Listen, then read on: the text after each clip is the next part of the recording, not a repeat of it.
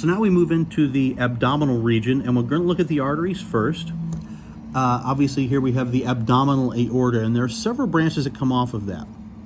Right here we have what's called a celiac trunk, which is technically an artery that gives rise to 4 other arteries that are right next door. There's an artery that goes out to this organ, which is the spleen. It's simply called the splenic artery, coming out and feeding it.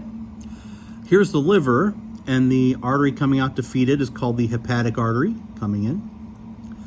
Not shown is the stomach, and there is a loop artery that comes around. It's made of 2 parts. This is the left gastric artery. They've cut it off, but actually kind of loops around the stomach. And eventually will fuse in with the right gastric artery here. This small piece, they've cut it off. Again, it would wrap around the stomach.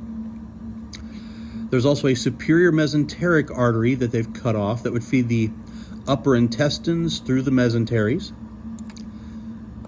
We have 2 kidneys. There is a left renal artery here and a right renal artery here feeding the kidneys. Notice there are corresponding veins with those as well. As we move down the abdominal aorta, we have an inferior mesenteric artery that kind of branches off the left side of the abdominal aorta and feeds the lower intestines.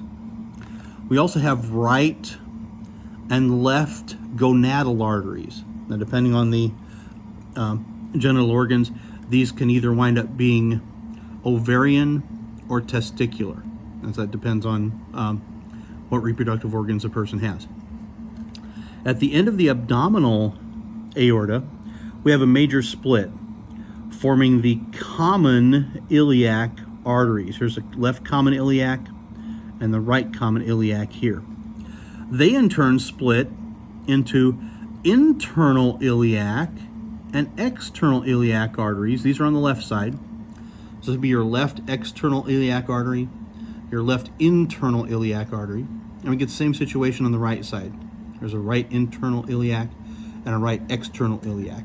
The term common here is meant to show a vessel that's being shared by 2 others. In this case, it's an internal and external iliac on either side.